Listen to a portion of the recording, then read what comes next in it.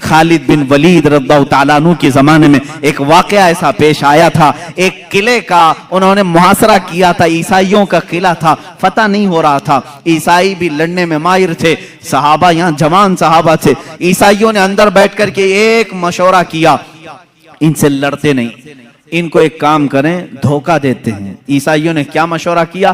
3 دن کا ٹائم لے لو اور ان سے کہو بازار سے گزرتے ہوئے آؤ۔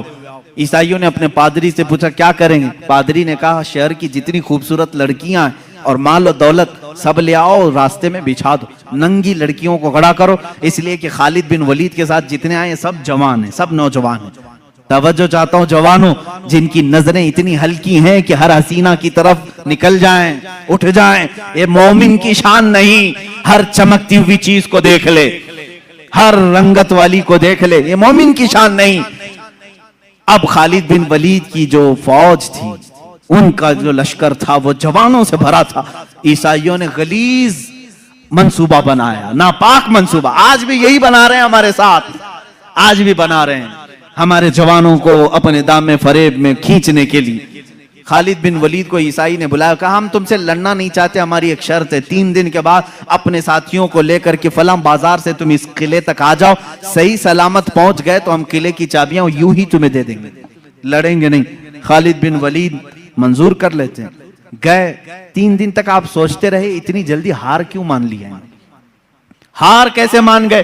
کچھ تو دال میں کھالا ہے۔ اس کے بعد 3 دن گزر گئے، اپنی فوج کو لے کر وہ جیسی بازار میں آئے، حسیناؤں پر نظر پڑ گئی، آدھے لباس میں، کچھ ننگے لباس، نیچے مال و دولت بچھایا ہوا ہے۔ یہی 2 چیزیں تو جوان کو خریدتی ہیں، ایک شباب ہے، ایک دولت ہے، حسن و شباب، اس کا دل دادا ہے یا دولت کا دل دادا ہے؟ جوان انہی 2 چیزوں کے پیچھے اپنا سارا تقوی ختم کرتا ہے، ایمان بیچ ڈالتا ہے۔ لیکن وہ خالد بن ولید کے جو جوان تھے رک گئے، جہاں تھے وہیں قدم رک گئے۔ حضرت خالد بن ولید نے پلٹ کر کے کہا اے جوانوں، آج تمہارے امتحان کا دن ہے۔ جہاد کے میدان میں نہیں کہا امتحان کا دن، کہا یہاں امتحان کا دن ہے۔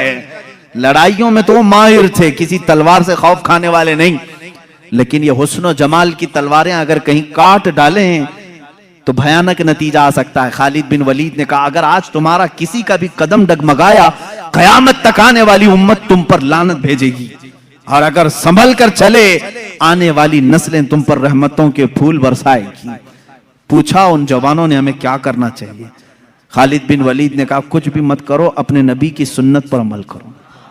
کہا کون سی سنت پر؟ کہا کیا تم نہیں جانتے میرے مصطفیٰ صلی اللہ علیہ وسلم جب بازار میں چلتے تھے تو اپنی نظریں نیچی کر کے چلتے تھے، بس اس سنت پر عمل کر کے چلو، ادھر ادھر نظر نہیں کرنا۔ بازار میں گزرنے کی یہ سنت ہے جوانوں، ہر ایک کو تاکنا تاڑنا یہ مومن کی شان نہیں۔ اسی لیے میرے آقا نے فرمایا بازار میں سب سے پہلے منافق داخل ہوتا ہے اور سب سے آخر میں منافق آتا ہے، پورا وقت وہ بازار میں دیتا ہے، مومن تھوڑی دیر کے لیے جاتا ہے، اپنا کام کر کے واپس آ جاتا ہے۔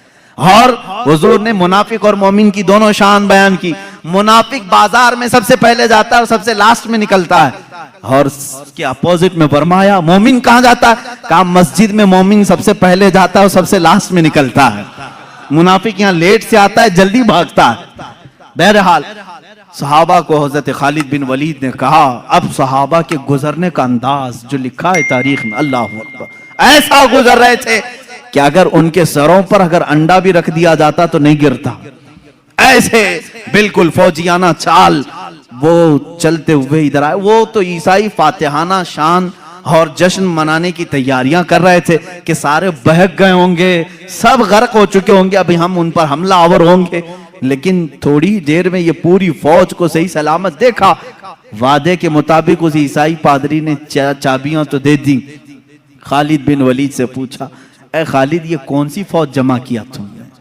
یہ کون سے جوان ہیں؟ ان کے اندر نفس ہے یا نہیں، خواہش ہے یا نہیں؟ حضرت خالد بن ولید نے مسکرا کر ایک تاریخی جواب دیا تھا، کہا اے نادان تو نے ان آنکھوں کو خریدنے کی کوشش کی جن آنکھوں میں جمال مصطفیٰ بسا ہوا ہے، پہلے سے حسن مصطفیٰ جن کی آنکھوں میں ہو، دنیا کا حسن انہیں دھوکہ نہیں دیتا۔